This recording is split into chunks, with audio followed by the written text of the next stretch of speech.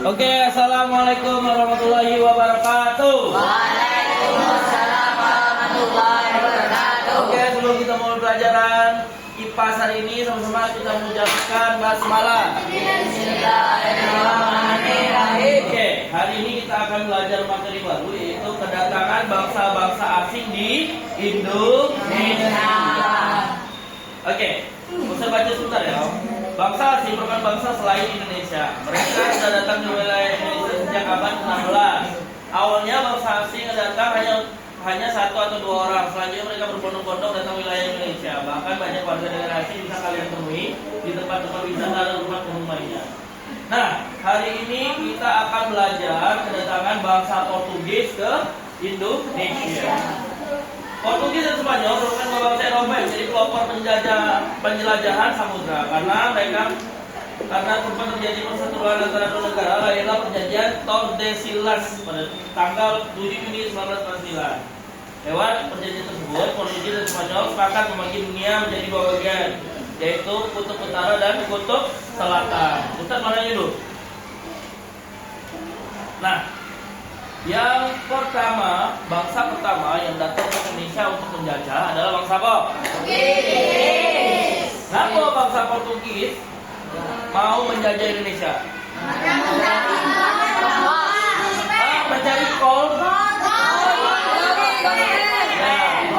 lari dan gos. Itu tujuannya.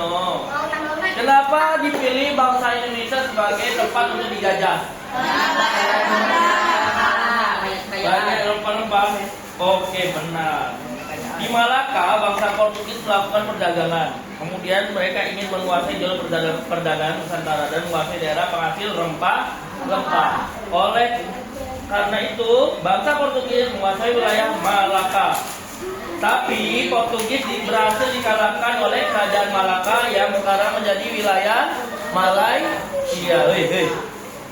Jelas, tidak usah keluar ya. 1, 2, 3, 4. Tidak usah keluar dari kelas ya. Tidak salah, itu main-main. Nah, selanjutnya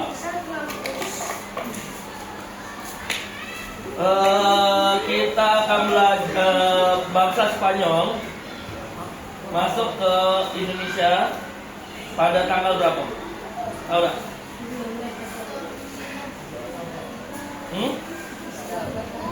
Tanggal berapa masuk ke Indonesia? Pada November 1521. Orang yang pergi berlayar ke Indonesia itu siapa nama kaptennya?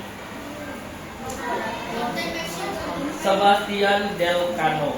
Dia adalah orang Spanyol yang pertama kali datang ke Indonesia. Tempatnya datang ke Maluku pada bulan November tahun 1512. Di sini, ketika Spanyol datang ke Indonesia, dia membawa 3 semangat juang, yaitu God, Ego, Glory, Gospel. Kekayaan, kejayaan, dan menyebarkan agama. Nah, kenapa mereka membawa 3 kejayaan tersebut? Gold, Glory, Gospel. Ada yang tahu? Karena Indonesia adalah negara yang kaya. Apa yang ada di Indonesia? Apa yang ada di Indonesia? Hah? Kanguru ada di Indonesia. Di Papua tuh ada kanguru kecil Indonesia. Kanguru ada di daerah gunung ini, bukan di Papua. Gunung apa namanya? Sriwijaya. Jaya Wijaya ya, pegunungan Jaya Wijaya. Itu ada tuh puncak abadi. Yang namanya puncak Kartens. Itu di Jaya Wijaya di Papua. Apa yang ada di Indonesia? Ya Pimpin ada karena dia hidup di daerah Saudi. Apa yang ada di Indonesia? Kekayaan alam, bisa tanya kekayaan alam. Hah? Antum pergi ke Gunung Jaya Wijaya, ketemulah salju di situ. Apa kekayaan alam apa yang ada di Indonesia? Emas ada nggak? Emas banyak. Sawit banyak. Apalagi sawit nomor 3 di dunia gitu. Apalagi? Emas atau minyak? Ada nggak minyak? Tidak tahu satu. Kita ketiga lah yang penting. Minyak banyak di Indonesia. Antum ngebor di manapun daerah Jambi, daerah-daerah kayak Sorolangun, daerah Bungo, keluarlah minyak sih. Minyak, aspal itu bagian dari minyak. Jadi setiap ada minyak pasti keluar aspal juga. Apa yang ada di Indonesia nih? Nikel ada. Ya, pingvin kan ada di kutub. Apa yang ada? Indonesia nih Allah kasih kekayaan yang melimpah bro. Antumlah yang harus bisa menjaga dan merawat kekayaan Indonesia. Buat sebagus mungkin. Ekspor, impor ke negara-negara lain. Tapi ingat, tidak untuk dikorupsi. Jangan sampai antum korupsiin kekayaan alam Indonesia. Kasihan.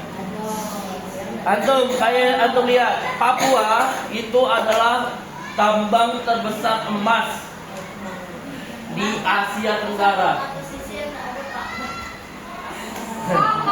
Di Asia Tenggara, PT Freeport itu adalah tambang terbesar emas. Tapi tengok di Papua, orangnya pandu kaya-kaya tidak.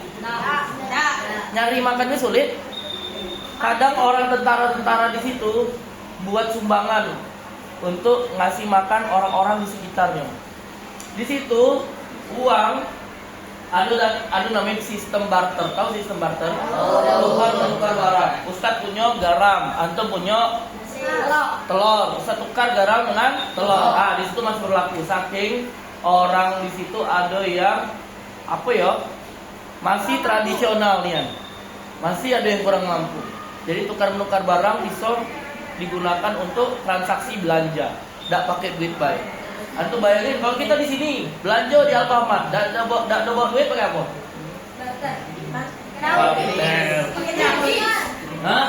Pakai kris, pakai debit, pakai flash, banyak cara kita di kotanya untuk bayar. Coba orang Papua di sana, mungkin sinyal wifi itu tuh kok di pedalaman tidak ada. Di Jambi di pedalaman tidak ada, apalagi di Papua. Bayangin antum, seberuntungnya aku antum bisa tinggal di kota. Tapi kalau antum besok jadi pemimpin, jangan sampai antum pemimpin yang zolim, yang suka mengkorupsi, yang suka mengambil harta orang lain, yang sudah suka menyakitin orang lain. Karena apa? Karena semua yang antum lakukan akan dipertanggungjawabkan di akhirat. Antum maling 1000 sama be antum dengan maling 100.000 sama-sama dosa.